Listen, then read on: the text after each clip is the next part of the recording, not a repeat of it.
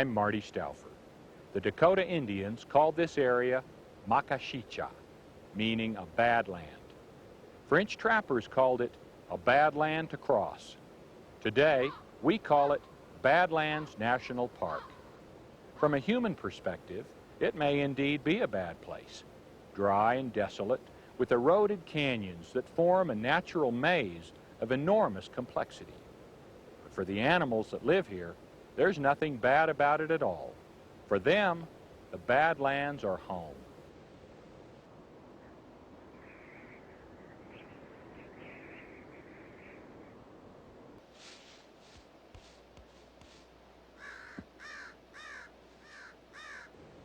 Isolated and protected within the steep canyons, pieces of prairie have been preserved.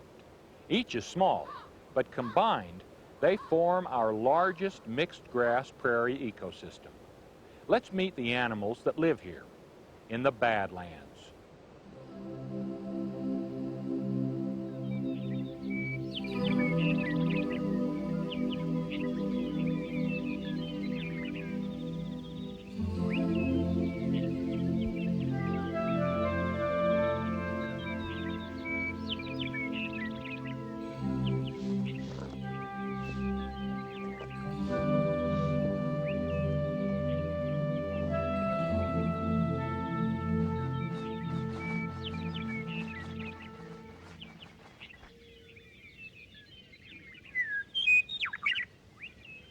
Dawn on the prairie is a particularly active time for wildlife.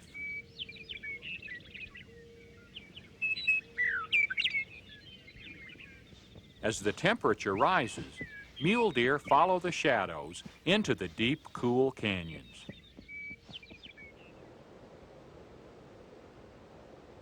Turkey vultures spread their wings to absorb warmth from the early morning sun. They wait patiently for the thermals that will allow them to survey their domain.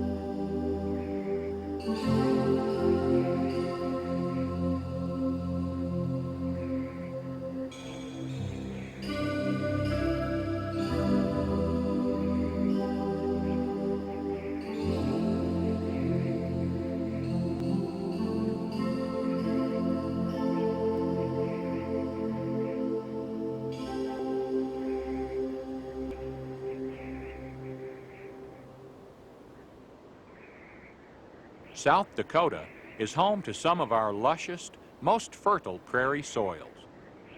Most of this land has been converted to farms and ranches, but one particularly rugged area has not been settled and is now preserved within Badlands National Park. 244,000 acres are home for a variety of wildlife.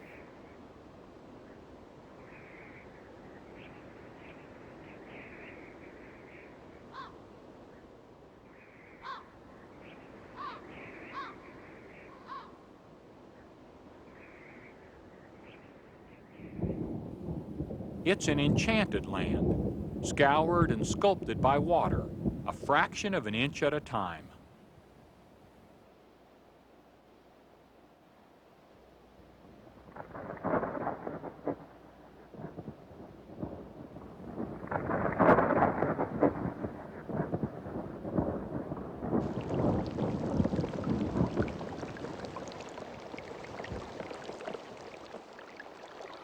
It was water that deposited these sediments about 30 million years ago. And it is water today which slowly but inevitably carries this sediment back to the sea.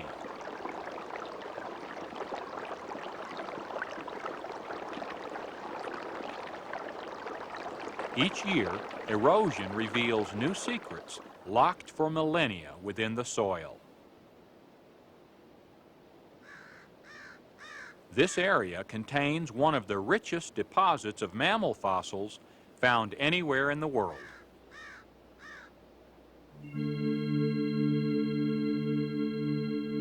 30-million-year-old specimens, like this hyracoddon, were followed later by mammoths, camels, and a host of other grazing animals.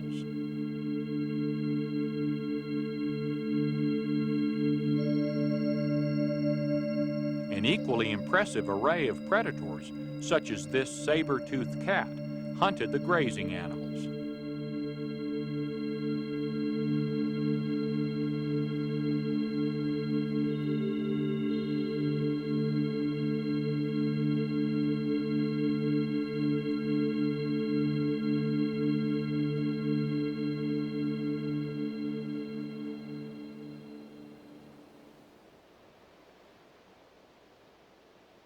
All of these species became extinct or evolved into new forms, but their fossil bones played an important role in establishing the park and protecting the animals which live here today.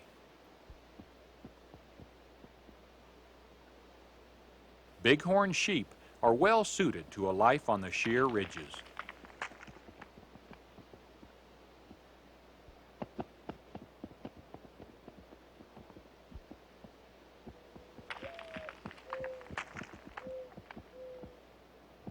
In fact, most of the time they remain near steep slopes, where safety is only a few bounds away.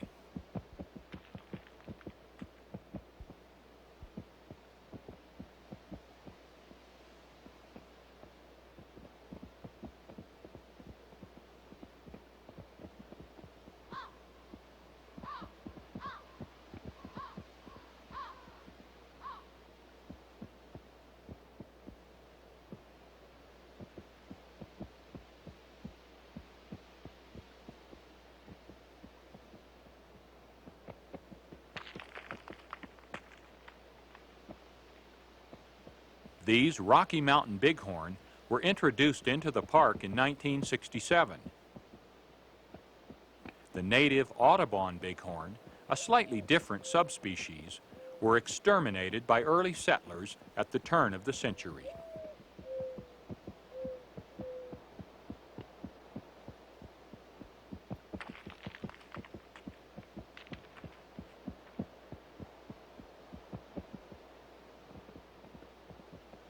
Grizzly bears, bison, wolves, and elk all became locally extinct soon after the arrival of hunters and homesteaders.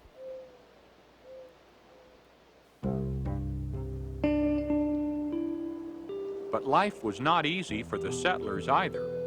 Cold winters, hot summers, and lack of moisture drove many away.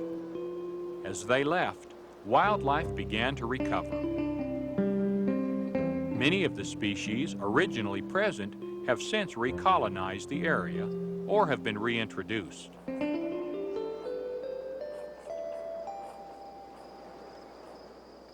Once again, the Badlands belong to wildlife.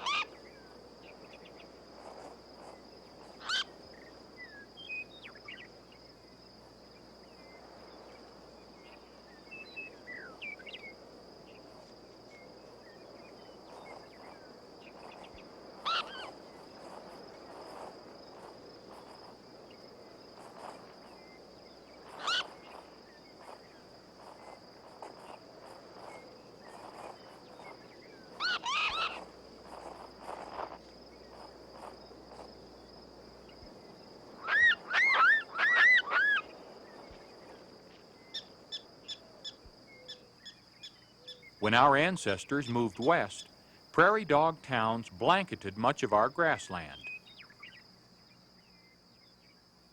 One town was said to be 100 miles wide and 250 miles long, containing perhaps 400 million of the plump rodents.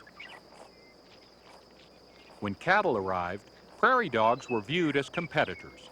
They were shot, poisoned, and trapped from most of their former range. Towns in this park and in other areas have since recuperated.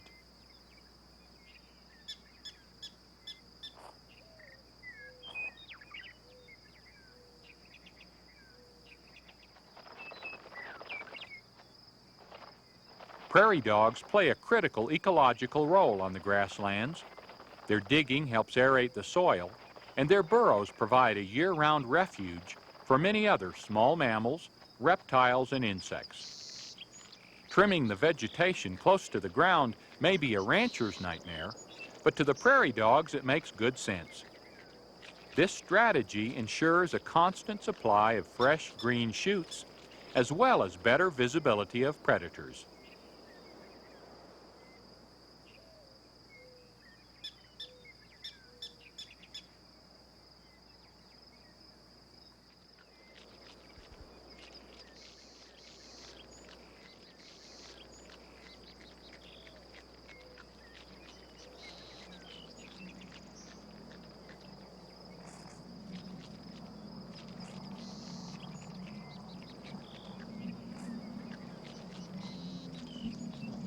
Bison also enjoy the fresh shoots on the prairie dog towns.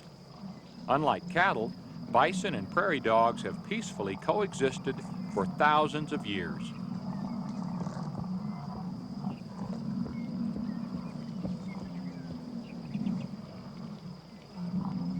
In the 1800s, hunters reduced the great herds of bison from an estimated 65 million to a mere 1,000. Bison disappeared completely from the Badlands.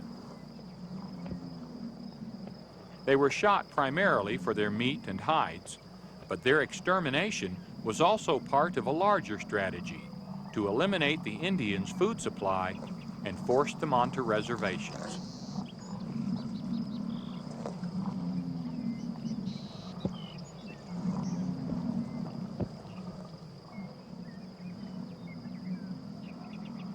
A small group of bison was reintroduced into the park in 1963. Today, there are about 500 here, and their future seems secure.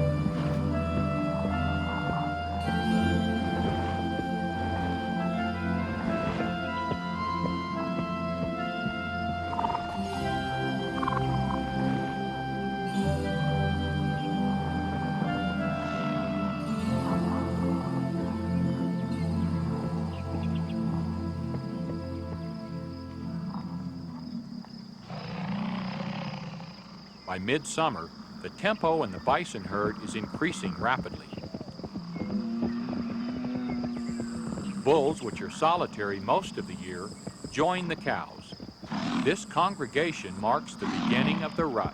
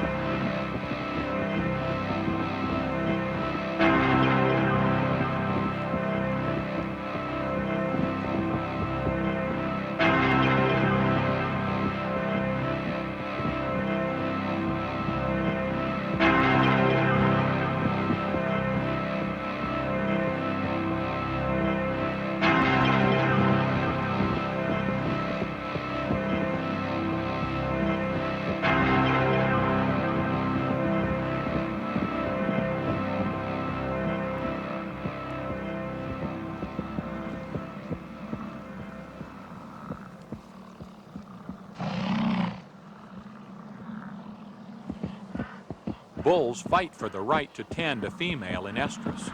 Often, a cow will be pursued by a large group of eager bulls.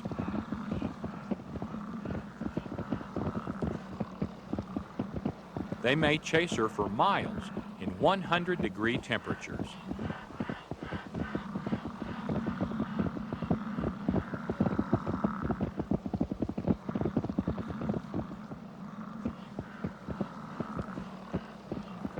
It seems like a costly method of reproduction, yet it ensures that the strongest bulls breed most of the cows.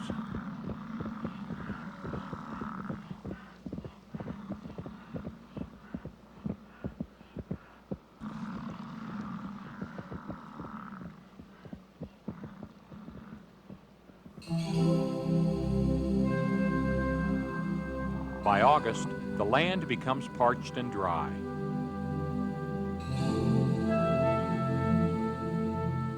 Small streams and ponds gradually disappear, forcing the animals to move to new areas.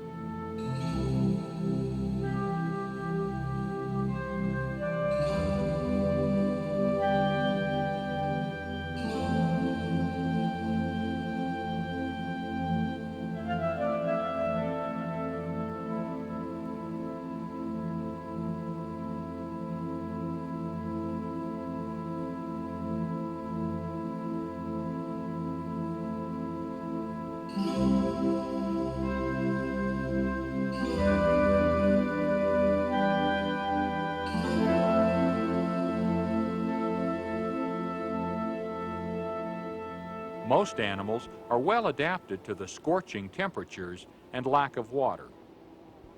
This bighorn ram was probably weakened by disease. Nature selects only the healthiest to survive and reproduce.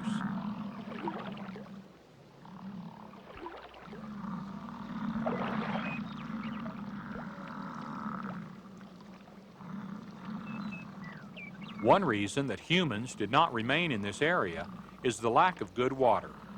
Most of the surface water is muddy and unfit for either drinking or agriculture.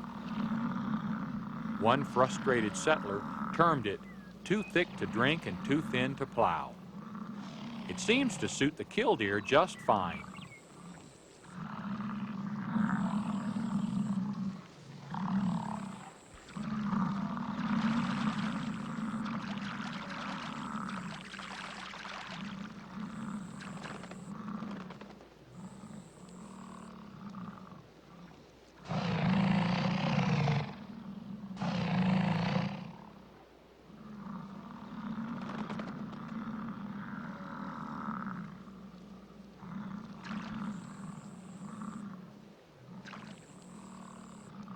Temperatures can exceed 100 degrees for several months, so the few remaining water holes get plenty of visitors.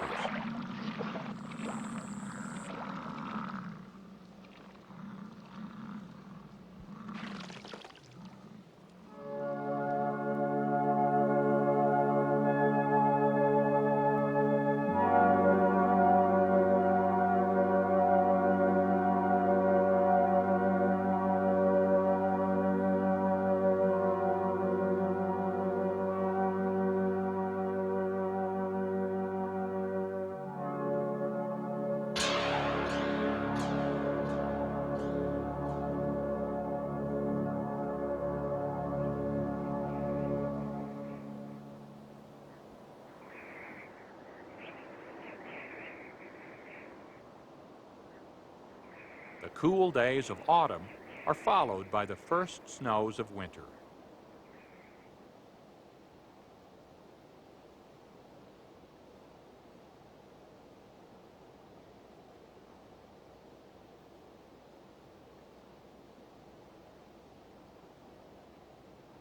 By late November, bighorn sheep gather for their rut.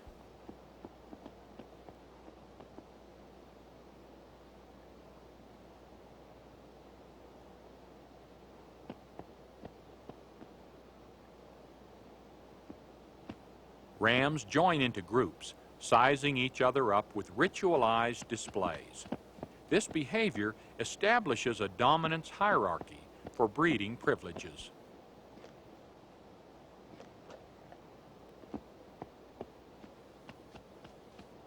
Usually, the older rams in peak physical condition have the largest horns.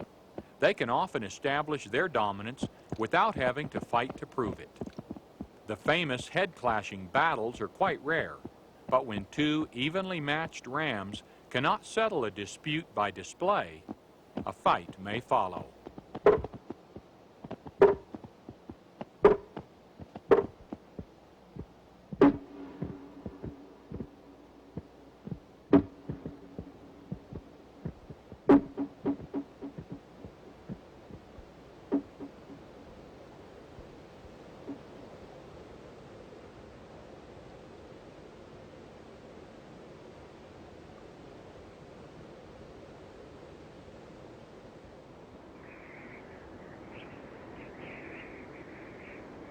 Winter in the Badlands is a quiet time.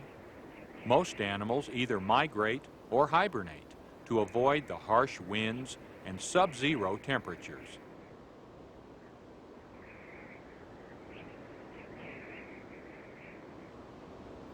Rattlesnakes spend the winter in underground communal dens.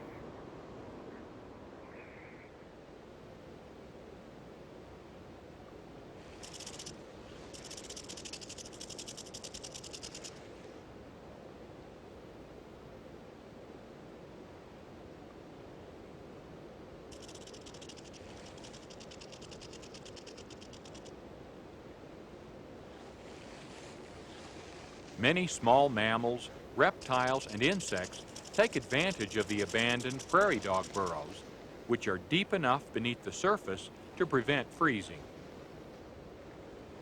Several hundred snakes in each den is not uncommon. Only occasionally do they become irritated enough with one another to strike, but the bite is rarely lethal. Carrion beetles also use the snake's den. Exactly why they're here and what they're doing remain a mystery.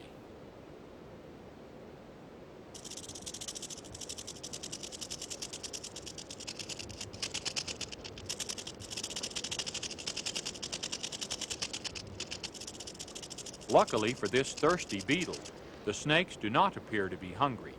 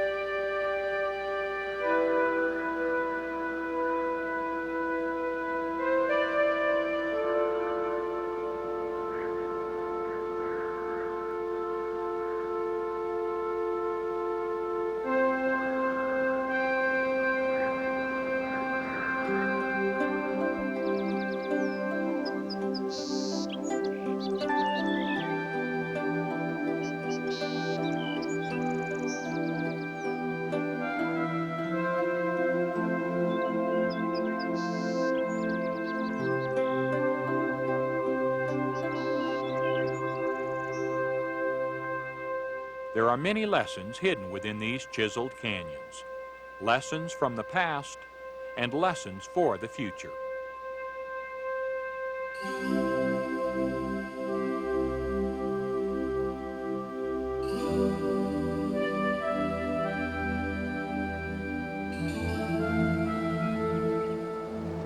In a time when wildlife is all too often declining, it's comforting to know that given the opportunity and a little help, wildlife can make a comeback. If we can ever learn how to avoid harming these wild creatures in the first place, we will have learned the most important lesson of all.